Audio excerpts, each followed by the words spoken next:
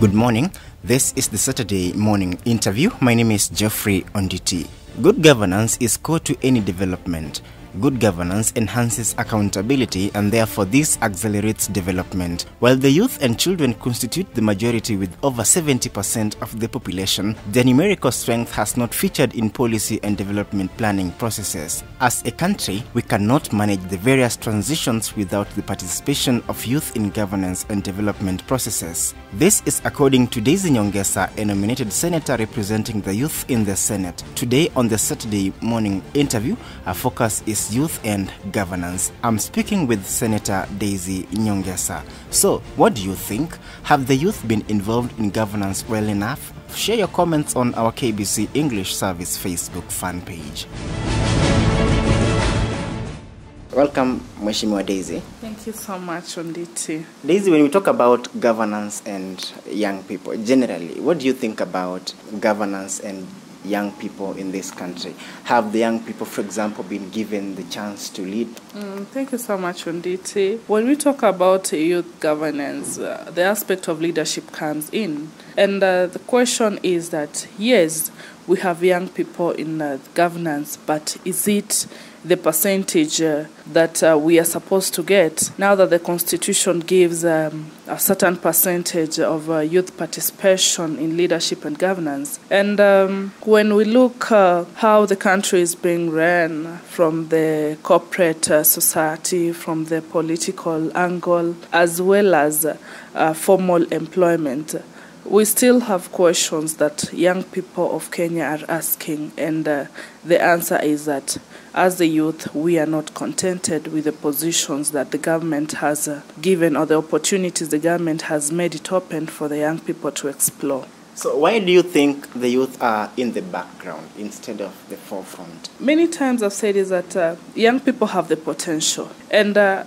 many times we try to be on the forefront, but having the necessary support, the necessary environment that is required is what is lacking in the society. When we look at the qualifications for one to be appointed as maybe a CEO of a certain company, they put job experience at 10 years. And many times young people graduate at the age of 22, 23 or 24.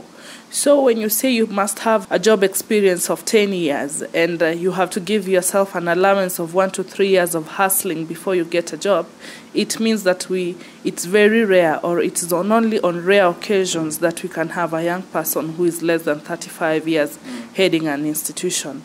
And that's why the employers really need to relook into these issues so that they give opportunity for the young people to explore the opportunities available. I want you to be specific. Why haven't the young people been given the opportunities that they deserve in this country? Who is spoiling the environment for the young people? The environment to enable young people participate in governance is supposed to be enabled by the government of today. It's so evident that Jubilee government campaigned on a youth platform, but it is unfortunate that they promised to create jobs for these young people, but they have not been able to achieve even 1%. And it is still a cry. We are in our 4th year in parliament or in governance, but the young people have not yet gotten what they thought. And it's unfortunate because young people are still living in hope, and I believe time is coming that they are going to run out of patience and maybe think of an alternative government. Because in our Constitution, Article 55, gives us power that everyone is entitled to training, to employment, and what have you. But it's unfortunate that that environment has not been created. So it is the government that has not played its role to ensure our young people get jobs. And implementation can only start from the top. not the other way side. If the president would have given a directive that all institutions in this country, whether private or public, must ensure that 30% are either women, youth, and people living with disability, I believe that would have really helped. But you see, many times they want to put the young people in periphery. And I cannot say that young people do not have the expertise that the country is looking at. Looking at the growing or the digital migration happening all over the world, why is it Kenya is still using 2 GB or 3 GB?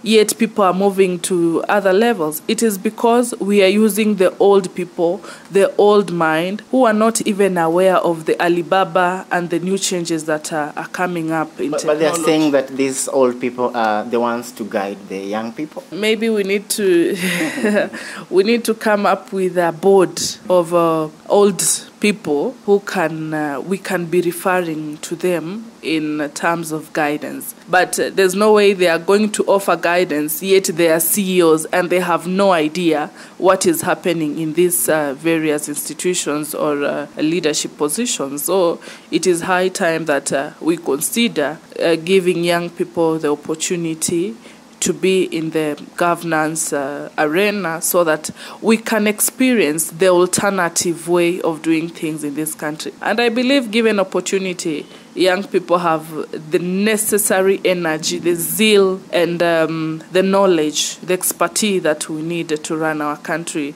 And very soon will be somewhere.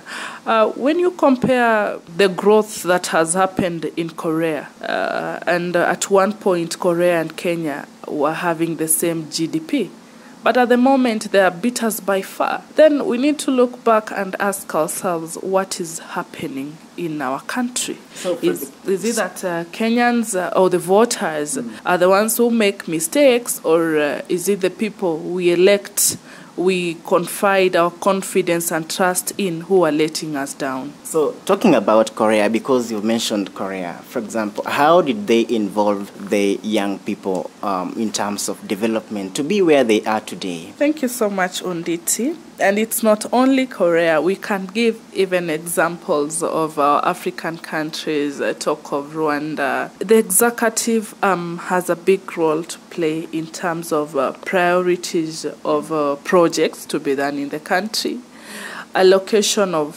funds through the treasury, and now that we have the national government and county government, we have the devolved functions. And recently we were talking about what has been the role of Transition Authority. But now, looking at the person who was the head of Transition Authority and what he was expected to do, it took him longer than what was expected. And I can tell you, we need an energetic mind, people who are focused, who have the Kenyan people at heart to run our country. And in that case, we can grow to where we are. One thing we need to appreciate is that technology is the engine behind any development. For us to achieve economic development as our country, there are a number of factors that need to be done. When you look at how things are being done in this country, talk of the road infrastructure. The executive arm or the ruling coalition, that is Jubilee, focuses on fulfilling or pleasing a certain region. And that's why you see many projects are being directed to a certain region just because you want your community to be happy. Do you have facts about that? I do. I sit in the Senate and I know what is going on. And I've just given you a small example about the road infrastructure in this country. You can see that they want to open up the roads leading to Mount Kenya region. Yet it has no role in opening up Kenya to the northern economy of this country, opening it from Juba all the way to Ethiopia so that we can grow economically. We are just after pleasing our region where I come from. And that's why I'm able to mention Mount Kenya region. We can only grow economically if we ensure that our roads from Mombasa, passing through Nairobi to Malaba, is opened up. The other road from Isibania all the way to Turukana has been opened up. If we do that, we'll be moving forward. But if we still want to remain tribal, I can tell you that type of leadership cannot take us anywhere. So in other words, tribalism has also affected the growth of young people in this country somehow. That is for a fact, because people want their own people to be in specific positions, and therefore denying the young people who have the knowledge, if it is the knowledge we are looking for, who have the skills to participate in the process. People apply for jobs, but it's like a formality that they have to put it on the newspaper or on the radio so that people can apply. It is already given out. That means we are denying the youth of this country an opportunity to participate in governance. Initially, you mentioned that Jubilee government, for example, campaigned on the platform of helping the youth after they get into power. Does it mean that the young people also are used to get people into power somehow? We constitute, I believe, 60% of the population of this country. And being voters of this country, I believe young people have a bigger role to play, because they want somebody who can give them hope. When you say that I'm going to ensure that young people, 1,000 creating every year, we are going to create 1,000 jobs, any young person will feel encouraged to vote you in so that you can bring the change they want.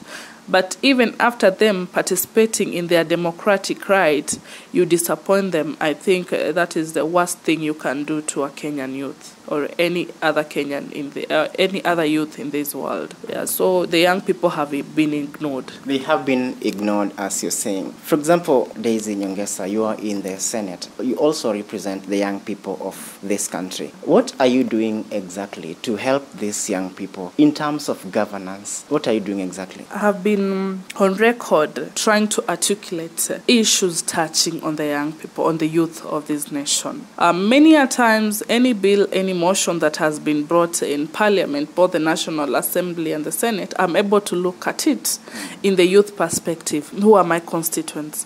How is it going to be beneficial for the young people? And that is the angle I take. And I sit in the executive committee of Kenya Young Parliamentarian Association. And so far we have been able to visit 32 counties of our republic, trying to enlighten the youth on what they're supposed to do.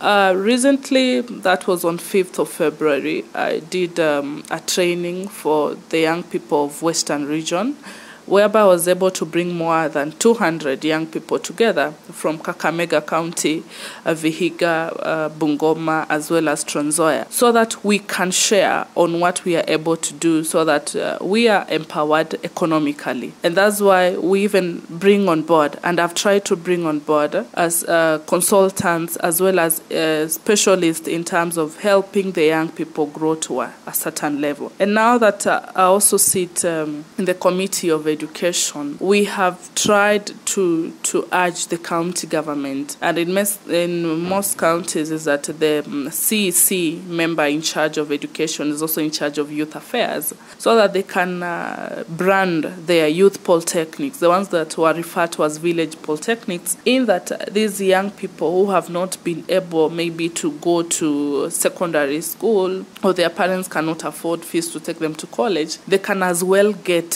skills that can help them to go on in life. Initially, the village polytechnics were offering same courses all over the country, but at the moment you can see counties have branded them in different ways. For example, the Lake Region counties or the counties in the coast, they are offering courses related to marine and fishery and all that. And counties that come from the food basket of our country, they are training young people on issues of agriculture, agribusiness, and how best so they those can be relevant empowered. to the regions where they come from. Yes. And you see, in such a scenario, we are helping these young people that and these youth polytechnics, the tuition fees has been paid for. So you go there, get your skills, and some counties are even helping, funding young people. After you have finished your training, you are given some money to start your business. So I believe in the coming in of devolution, it has really helped the young people of this nation, and I believe that is the best thing that ever happened to our country. And you're part of that change. I am part of that change. I participate fully, and if you follow my postings and what I do, I advocate for the rights of young people and for the empowerment of the youth of this country. This is the Saturday morning interview. Today, our focus is youth and governance. I'm speaking with Daisy Nyongesa, a nominated senator representing the youth in the Senate. And so, what do you think? Have the youth been involved in governance well enough? Share your comments on our KBC English Service Facebook fan page.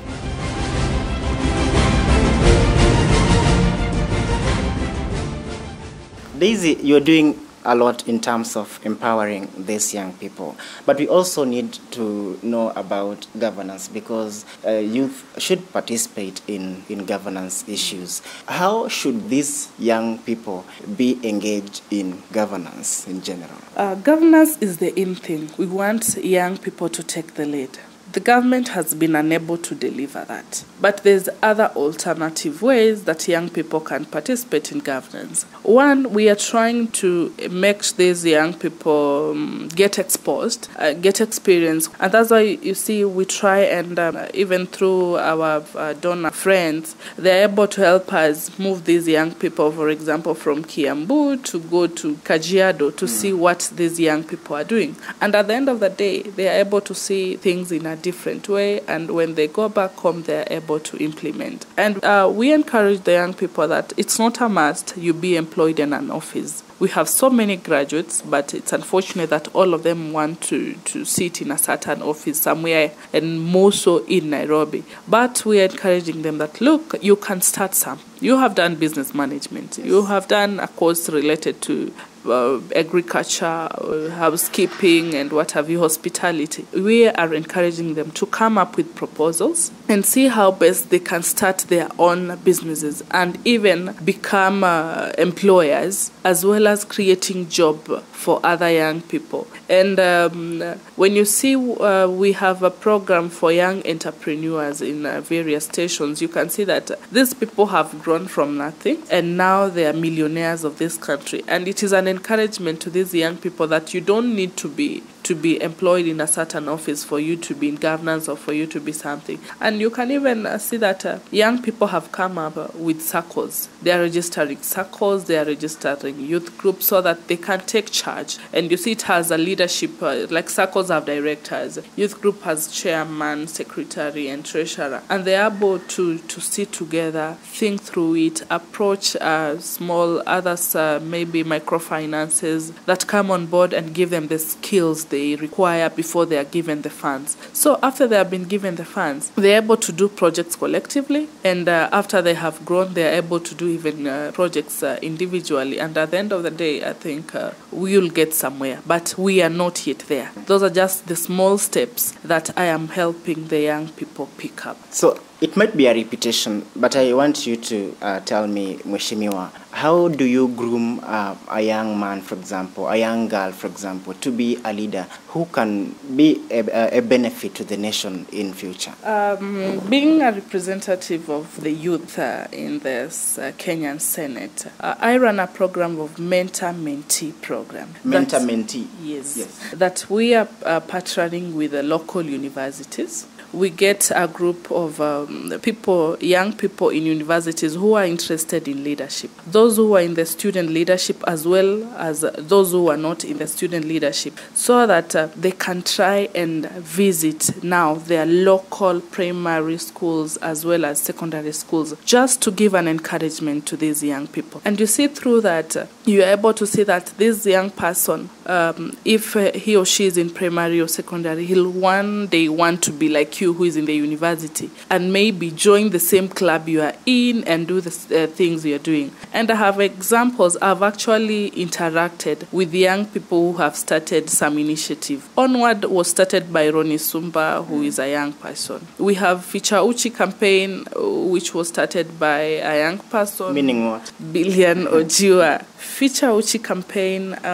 actually he told me everybody asked, what is Ficha Uchi? Ficha Uchi is an initiative that Billion Ojiwa started.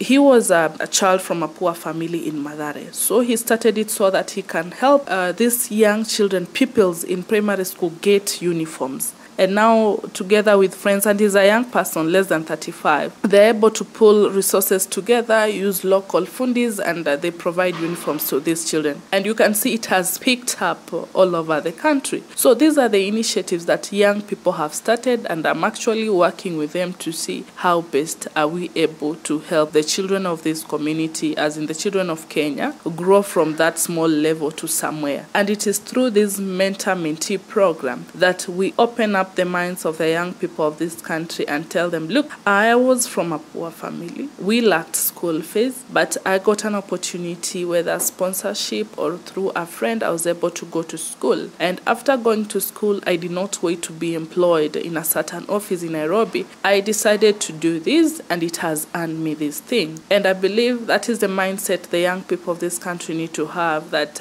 yes, I have gotten knowledge. I also have the skill. I'm able to implement with or without somebody else. But the question is that Daisy, we have ideas, but we do not have funds. And now it is my role to help these young people access relevant funds we have in this country. And we have the national funds, talk of Youth Enterprise Fund, but I know the young people tell me our money has been stolen.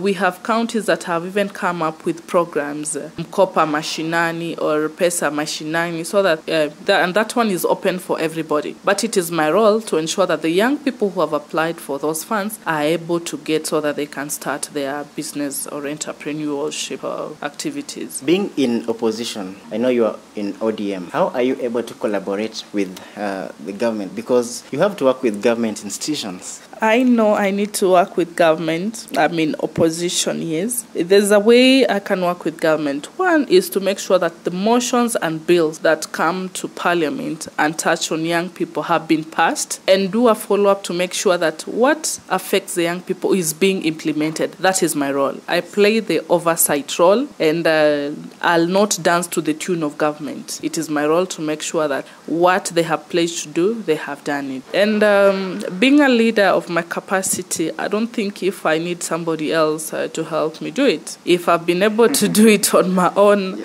I don't think that I need them to do it, because I'm a young person. I've gone through the same system. I was brought up in a rural village. So I understand what happens. Likuyani constituency, that is my home. So I understand when young people talk about their problems, I really understand because I went through the same. And I believe I'm in a better position to help them at my own capacity. And I don't work alone. I have friends who come across the board, who are able, who are willing to come and help me. And that's why I tell you, devolution is the way to go. It is easier to work with the local government back in the counties rather than coming to chase around a CS who maybe can never be found when you need him or her. Maybe they're on cabinet or they're somewhere else doing other national duties. But the youth CEC member in charge of youth affairs, I'm able to get them, or even the young people who have formed their circles, their CBOs, they are able to have a direct contact with them so that they can share their concerns, and I believe they are being articulated so well. Yes, finally, as we are winding up the Saturday morning interview, Mheshimiwa, we know that next year, 2017, it will be the election year. So how are you mentoring maybe young people also to join in politics instead of drumming up support for older leaders who may may not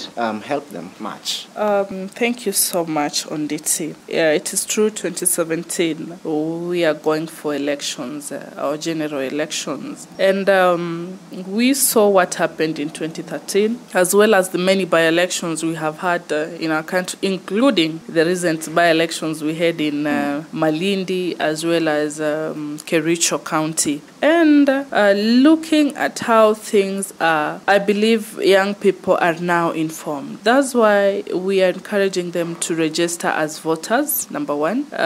One, to make sure they have identity cards, which has a lot of bureaucracy, and even today in the Senate we are articulating it. That is on Wednesday. Yeah, we articulated it on Wednesday this week. And as leaders, on such a day like today, which is a weekend, it is our role to go to mashinani, to the grassroots, to follow up and see if young people are registering and even other people are registering. And after you register as a voter, it is now your duty to go and vote. I tell these young people that failing to vote is electing the leader you don't want. And the leader you don't want is that bad leader who cannot bring development. So I'll urge my young people, my fellow young Kenyan citizens, to register as voters, to make sure that 2017, let them turn up in large numbers to vote. And it is my role as a senator representing the youth, together with other young members of parliament, to mentor, to help these young people who want to join